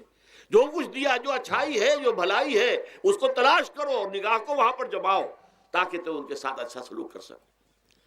اس سے آگے آئیے، معاشی میدان ہے سب سے زیادہ سخت اور سب سے زیادہ کٹھن اور سب سے زیادہ ظالمانہ نظام۔ اس میں سب سے بڑا ظلم جو ہمارے پاکستان میں ہے وہ یہ زمینداری، غیر حاضر زمینداری، اور یہ جاگیرداری۔ محنت کرے کسان مزدور ہاری، عیش کرے جاگیردار زمیندار، یہ اس سے بڑا ظلم اور کوئی نہیں ہو سکتا۔ اور چونکہ ہماری معیشت بنیادی طور پر زرعی معیشت ہے، ہمارا تو زیادہ تر جو آبادی کا طبقہ ہے وہ کاشتکار ہے، لہذا سب سے بڑا ظلم جو ہو رہا ہے وہ در حقیقت یہ زمینداری، غیر حاضر زمینداری اور جاگیرداری۔ اب اس میں سمجھ لیجئے اس بات کو اچھی طرح، کتنا بڑا ظلم ہے۔ ایک شخص خود شہر میں رہ رہا ہے، لاہور میں، ساری سہولتیں اسے حاصل ہیں، کتنی سہولت ہوتی ہے، ٹوٹی کھولی اور پانی آ رہا۔ دیہات میں جا کے بیچارے کاشتکار کو معلوم ہو سکتا ہے کہیں سے دور سے پانی کھینچ کر لانا پڑتا ہو کسی کنویں سے، کہاں اسے یہ سہولت ہے کہ ٹوٹی کا کان مروڑا اور پانی حاضر، کہاں یہ سہولت ہے کہ بجلی کا بٹن اوپر سے نیچے کیا اور بقع روشن ہو گیا۔ یہ ساری سہولتیں بھی لے رہا ہے اور وہ تنخواہ بھی لے رہا ہے کوئی، یا کوئی کاروبار بھی کر رہا ہے، اور ایک زمین اس کے پاس ہے، فلاں ضلع میں میرا رقبہ ہے، اس رقبے پر جو کاشت کر رہا ہے آ کر اس کی کمائی میں سے، اس کی فصل میں سے آدھا بٹا کر لے جاتا ہے۔ کیا حق پہنچتا ہے اسے؟ یہ مزارعت جو ہمارے ہاں جس کو جائز قرار دے دیا گیا، یہ دور ملوکیت میں جائز قرار دیا گیا۔ بادشاہت جو ہے وہ چلتی تھی، جیسے آپ نے کن کھجورا دیکھا ہے نا، اس کے بہت سی ٹانگیں ہوتی ہیں، کن کھجورے کی کتنے پاؤں ہوتے ہیں، سینکڑوں۔ ایسے ہی بادشاہوں کے یہ پاؤں ہوتے تھے، جاگیردار، 3000 منصبدار، 5000 منصبدار، 20,000 منصبدار، 30,000 منصبدار، یہ جاگیردار، بڑے بڑے علاقے ان کے پاس ہے۔ اب ظاہر بات ہے کہ وہ خود تو کاشت نہیں کر سکتے نا، انہیں تو مزارع چاہیے، لہذا مزارعت کے جائز ہونے کا فتویٰ دیا گیا۔ جب اسلام میں بادشاہت آ گئی، ملوکیت آ گئی اور جاگیرداری آ گئی، جو ملوکیت کے پاؤں ہیں وہ کنسلے کی طرح، کن کھجورے کی طرح اس کے پاؤں ہیں، تو وہ تو جاگیردار ہے۔ یہ ہے جس کی وجہ سے امام ابو حنیفہ نے کہا مزارعت حرام ہے، جس کی زمین ہے وہ کاشت کرے، یا حضور کی حدیث ہے کہ چاہے اپنے بھائی کو دے دے تو ایک دانہ لینے کا حقدار نہیں ہے۔ اگر تو تمہارا کوئی اور ذریعہ معاش نہیں ہے تو ٹھیک ہے، جاؤ کاشت کرو، تمہارا کوئی اور ذریعہ معاش ہے، تمہارا کاروبار ہے، تمہاری دکان چل رہی ہے، تم ملازمت میں ہو، تمہیں تنخواہیں مل رہی ہیں، تمہارا پروویڈنٹ فنڈ بھی جمع ہو رہا ہے، تمہیں تو تمہارے ریٹائرمنٹ کے بعد وہ پینشن بھی مل جائے گی، اور اس کے ساتھ ساتھ تم نے یہ ظلم روا رکھا ہوا۔ زمین اگر ہے یا تو جاؤ کاشت کرو، ورنہ یہ کہ اس زمین کو دے دو اپنے کسی بھائی کو، ملکیت تمہاری رہے گی، کاشت وہ کرے گا تو جو فصل ہوگی اس کی برداشت بھی وہی کرے گا، وہی لے کر جائے گا۔ یہ فتویٰ ہے امام اعظم امام ابو حنیفہ رحمۃ اللہ علیہ کا، یہی فتویٰ ہے امام مالک، امام دار الحجرہ، امام مدینہ، امام مالک رحمۃ اللہ علیہ کا، دونوں کا فتویٰ یہ ہے۔ اور عظیم ترین یہی دو ہیں، اولین بھی یہی دو ہیں، عظیم ترین بھی یہی دو ہیں۔ امام شافعی بھی شاگرد ہیں امام مالک کے، امام احمد ابن حنبل شاگرد ہیں امام شافعی کے۔ ٹاپ پر کون ہے؟ امام ابو حنیفہ، ان کے شاگردوں میں قاضی ابو یوسف اور امام محمد امام ظفر، ادھر امام مالک، ان کے شاگردوں میں پھر امام شافعی، پھر ان کے شاگرد امام احمد ابن حنبل۔ ٹاپ پر دونوں یہ کہہ رہے ہیں کہ حرام، مزارعت حرام، جس کی زمین ہے خود کاشت کرے۔ یہاں یہ ہے کہ خود کاشت نہیں کر سکتا تو اپنے بھائی کو دے دے، بس ٹھیک ہے، اس میں سے کوئی حصہ لینے کا وہ حقدار نہیں ہے۔ جو محنت کرے، جو خون پسینہ اپنا لگائے، وہی اس سے ساری جو ہے آمدنی اس کو حاصل ہونی چاہیے۔ یہ مجھے حال ہی میں، یہ آپ کے علم میں ہونا چاہیے، یہ فتویٰ دیا ہے قاضی ابو یوسف اور امام محمد نے کہ مزارعت حلال ہے، جائز ہے۔ شرطیں لگائی انہوں نے کہ بیج بھی زمیندار دے، کوئی جانور وغیرہ ہے تو وہ بھی زمیندار کا ہو، اگر کوئی ٹریکٹر ہے تو اس کی بھی پیمنٹ جو ہے زمیندار کرے۔ یہ ہے شرطیں، یعنی اس کا کوشش کی ہے کہ اس جاگیرداری کا ڈنک جو ہے کم ہو جائے، اس مزارعت کے اندر جو مضرت ہے وہ کم ہو جائے، لیکن یہ کہ اصلاً اسے جائز قرار دے دیا۔ ہمارے ہاں کون شرطوں کو کون دیکھتا ہے، آداب کو کون دیکھتا ہے، قواعد و ضوابط کو کون، ہنیئن وریا، جیسے کہ ماں کا دودھ پیتے ہیں ایسے ہی یہ مزارعت کی جو آمدنی ہے اس کو کھا رہے ہیں۔ حرام ہے، حرام ہے، حرام ہے۔ حال ہی میں ابھی ملاقات ہوئی میری مولانا زاہد الراشدی صاحب، آپ کے بہت قریب گجرانوالے میں، جو اس کی سب سے بڑی مسجد ہے، اس کے خطیب ہیں۔ انہوں نے بتایا ملا علی قاری نے بھی یہ لکھا، جو بہت بعد کے حنفی جو ہے وہ فقیہ ہیں، کہ دلائل تو وہی ہیں جو امام ابو حنیفہ نے دیے ہیں، دلائل تو ان کے ساتھ ہیں، لیکن مصلحت ہے جو جس کے تحت یہ فتویٰ دیا گیا۔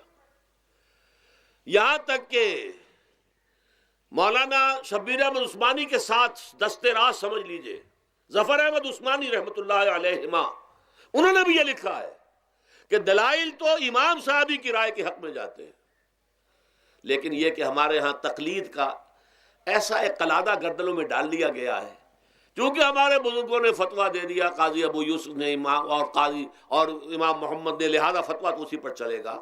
میں نے ان سے بات کی اور ان کا ڈٹ کر میں نے کہا میدان میں آئیے، نہ کام کیجیے، جب تک یہ مزارعت ختم نہیں ہوتی ہے، جب تک جاگیرداری اور زمینداری ختم نہیں ہوتی ہے، اس ملک میں کوئی سیاست صحیح آ ہی نہیں سکتی۔ یہ سیاست تو وڈیروں کا، جاگیرداروں کا، بڑے بڑے زمینداروں کا کھیل ہے۔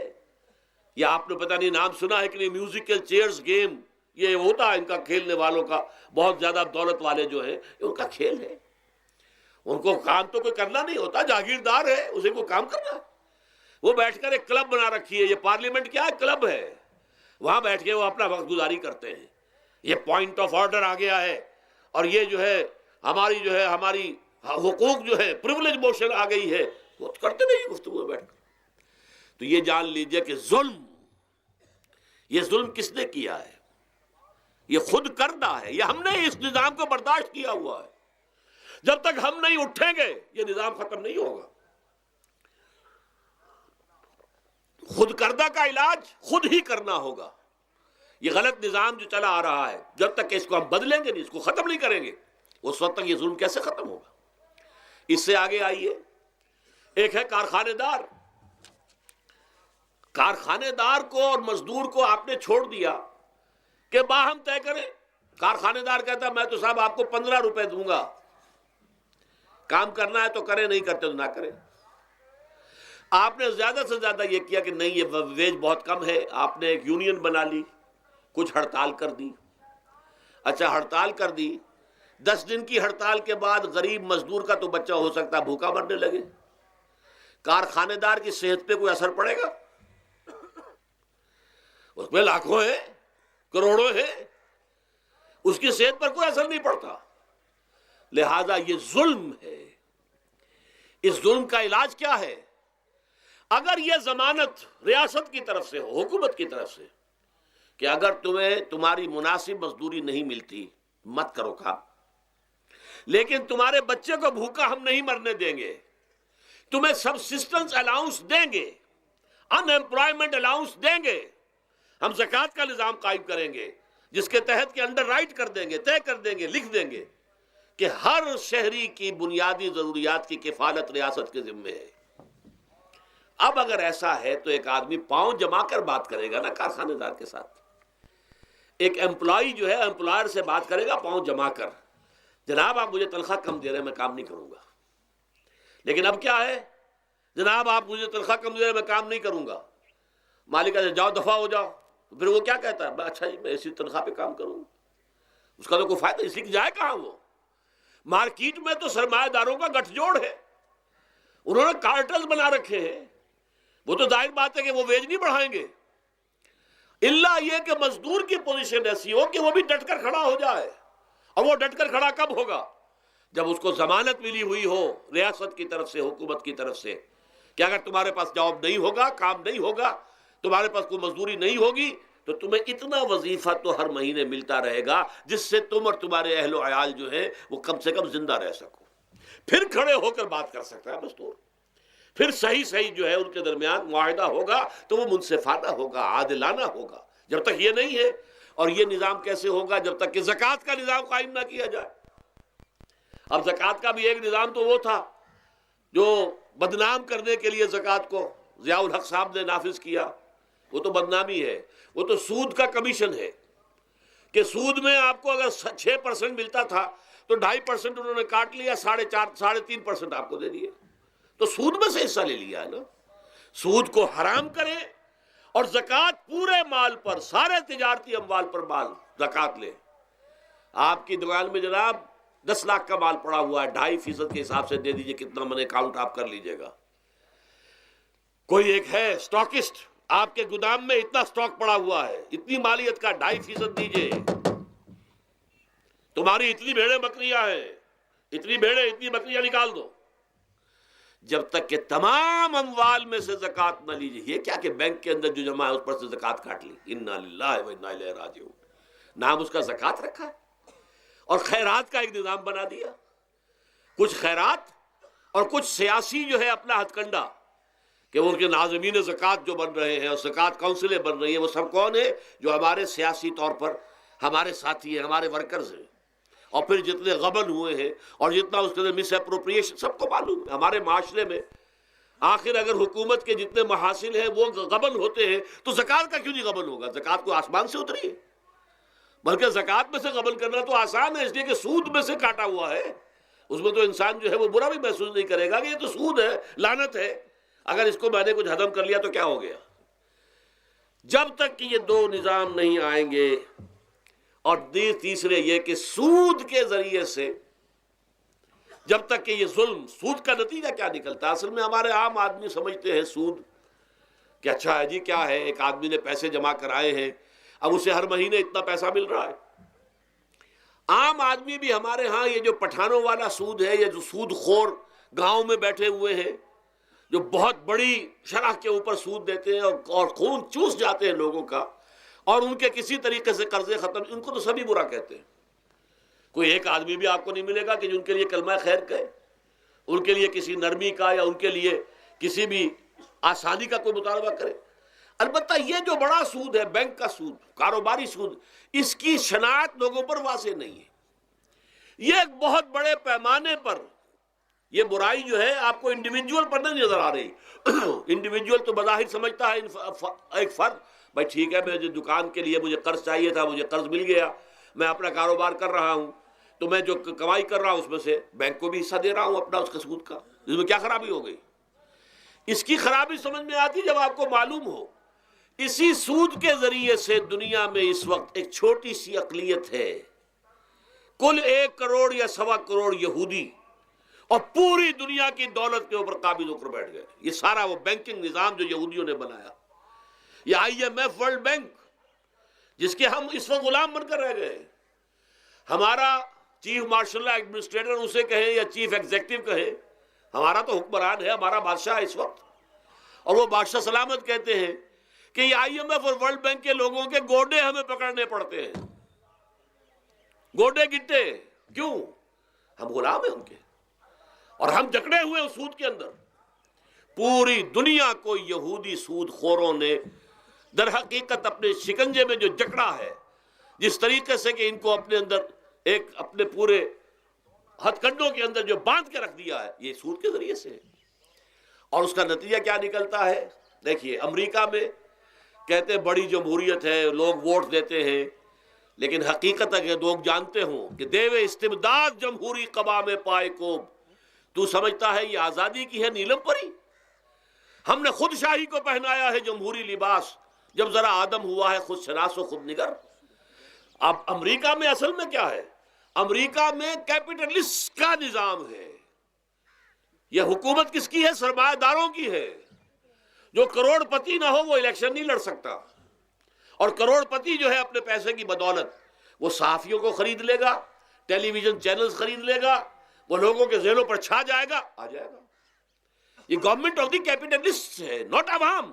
یہ دھوکہ ہے، فریب ہے سرمایہ داروں کا. وہاں وہ جاگیردار اس طرح کے نہیں ہیں، سرمایہ دار ہیں.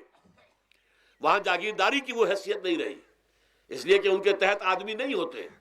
وہ تو اگر بڑے بڑے رینچ ہیں، بڑے بڑے اگر فارم ہیں، تو وہاں بھی آپ کو معلوم ہے کہ چونکہ مشینوں کے ذریعے سے بوائی بھی ہو رہی ہے اور ہل بھی چل رہا ہے مشینوں سے، بوائی بھی مشینوں سے، کٹائی بھی مشینوں سے، تو زیادہ انسان کی ضرورت ہی نہیں رہی.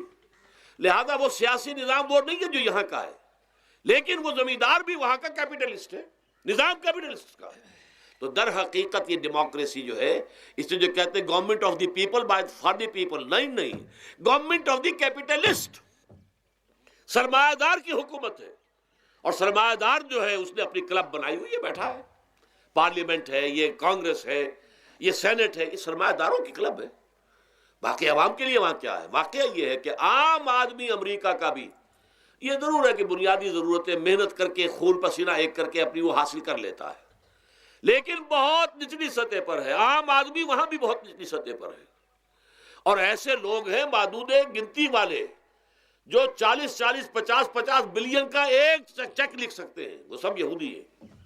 House of Rothschilds, house of Goldsmiths, یہ سٹی بینک جو یہاں بھی آ گیا ہے اپنی ساری گندگیاں پھیلانے کے لیے، سٹی ہاؤسز اور سٹی کار، یہ کیا ہے؟ یہ جکڑ لینا ہے آپ کو. آپ کو ذرا سا دھوکہ دیا، جاؤ جی لے لیجئے، کوٹھی لے لیجئے، ہم آپ کو قرض دیتے ہیں. آپ پھول گئے، اتنی بڑی کوٹھی کا میں مالک ہو گیا. اب جب اس کا قرض دینے کا چکانے کا معلوم ہوا کہ میں تو غلام ہو کر رہ گیا ہوں، جو کماؤں وہ سارا کا سارا ان کی قسط کے اندر چلا جائے گا. اور اگر خدا نہ خواستہ کہیں ڈیفالٹ کر گیا تو جتنا میں نے دیا تھا وہ بھی ہضم، اور مکان وہ ضبط کر کے اور نیلام کر دیں گے. اللہ خیر صلی اللہ. لیکن وقتی طور پر ذرا سا دھوکہ جو ہو جاتا ہو، دیکھو اتنی بڑی کوٹھی کا میں مالک ہو گیا، دیکھو اتنی لمبی کار میرے پاس آ گئی، دیکھو فلاں شے میں نے حاصل کر لی، لیکن اس کا نتیجہ جو نکلتا ہے وہ تو وہاں والوں سے پوچھئے جس طریقے سے کہ وہ غلام بن کر رہ جاتے ہیں، وہ مزدور بن کر رہ جاتے ہیں. جیسے بھٹوں میں آپ نے دیکھا ہے، بھٹوں میں جو مزدور ہوتے ہیں وہ بکے ہوئے ہوتے ہیں، وہ غلاموں کی طرح ہوتے ہیں. ان کو بلکہ لوگ ایک دوسرے سے خرید کر لے کر جاتے ہیں. ایک بھٹے والا آتا ہے اور دوسرے بھٹے کی جو مزدور جو غلام ہے ان کو وہ وہاں کی پیمنٹ کر کے اور لے جاتا ہے. وہ بالکل ان کے سرس کی طرح ہے، ان کے غلاموں کی طرح ہے. یہ ساری جو میں نے آپ کے سامنے گنوائی ہیں، یہ در حقیقت نوع انسانی کو جو تقسیم کیا گیا، انگریزی میں آپ کہتے ہیں ہیوز اور ہیو ناٹس. قرآن نے اس کے لیے کیا لفظ استعمال کیا؟ محرومین اور مترفین. اور ان مترفین کی وجہ سے اللہ کا عذاب آتا رہا دنیا میں. ان کے گلچھرے ابھی بسنت منائی، کس نے منائی؟ یہ لکھپتی کروڑ پتی ہیں، انہوں نے عیش کیے ہیں، راتوں کو نیند حرام کی ہے لوگوں کی، یہ بسنت منا رہے ہیں. کیا ہو رہا ہے؟ در حقیقت یہ وہی ہے مترفین. سورہ بنی اسرائیل میں فرمایا جب ہم یہ فیصلہ کر لیتے ہیں وَإِذَا أَرَدْنَا أَن نُهْلِكَ قَرْيَةً امرنا مترفیہا ففسقوا فیہا فحق علیہ القول فدمرناہا تدمیرا. جب ہمارا فیصلہ ہوتا ہے کہ کسی بستی کو، کسی علاقے کے لوگوں کو ہلاک کر دیں، تو مترفین جو ہیں، دولت مند لوگوں کو ہم حکم دے دیتے ہیں، آزادی دے دیتے ہیں، ان کی لگام ڈھیلی کر دیتے ہیں، اس میں فسق و فجور کا بازار گرم کر دیتے ہیں. اور جب پورا فسق و فجور کا بازار گرم ہو جاتا ہے، اچانک ہماری پکڑ آتی ہے، دمرناہا تدمیرا، ہم اس کو پٹخ کر رکھ دیتے ہیں، ٹکڑے ٹکڑے کر دیتے ہیں. یہ مترفین. اور دوسری طرف محرومین. اسی طریقے سے مستضعفین اور مستکبرین. ایک طرف مستکبرین ہے، ہاٹی پیپل، جو کہ پارلیمنٹ میں جاتے ہیں، جو جاتے ہیں سینٹ کے اندر بیٹھتے ہیں، جن کا ایک طبقہ ہے، وہ ایک علیحدہ ہی ہے، ان کی سوسائٹی علیحدہ ہے، ان کے تہوار علیحدہ ہیں. نیو ایئرز نائٹ پر جو کچھ یہ کرتے ہیں بدماشیاں، اس کا ذرا سا آپ کو اندازہ بہرحال دیہات کے رہنے والوں کو نہیں ہے. لاہور اور کراچی کے لوگوں سے پوچھئے کیا ہوتا ہے، اسلام آباد کے لوگوں سے پوچھئے، پشاور اور کوئٹہ کے لوگوں سے پوچھئے. یہ سب در حقیقت مستضعفین ایک طرف، مستکبرین دوسری طرف، محرومین ایک طرف اور مترفین ایک طرف. یہ سوسائٹی کو تقسیم کر کے، اور پھر تقسیم کرو اور راج کرو، ڈیوائیڈ اینڈ رول. یہ آپس میں ٹکرائیں گے، آپس میں لڑیں گے، تم ان سب کے اوپر حکومت کرو. اب ظاہر بات ہے کہ اس کا علاج میں نے عرض کیا تھا نا، کہ پہلے قسم کے دکھ تو وہ ہیں جو من جانب اللہ آتے ہیں، اس کا تو سوائے برداشت کے کوئی مادہ نہیں، کوئی اس کا اور ہمارے پاس چارہ نہیں. لیکن برداشت کا حوصلہ بڑھانے کے لیے وہ ساری باتیں ایمان کے ذریعے سے ہمیں ملتی ہیں. لیکن یہ جو خود کردہ ہے، اپنے غلط نظام کی وجہ سے جو دکھ ہم نے پھیلا رکھا ہے، جو محرومی پھیلا رکھی ہے، جو بھوک پھیلا رکھی ہے، جو لوگوں پر ظلم کا جو ہے بازار گرم ہو رہا ہے، چاہے وہ سماجی سطح پر ہے، گھروں میں ہے، چاہے بازاروں میں ہے، چاہے مارکیٹوں میں ہے، چاہے کھیتوں میں ہے، چاہے کارخانوں میں ہے، یہ سب ہمارے غلط نظام کا نتیجہ ہے، یہ اللہ کی طرف سے نہیں ہے.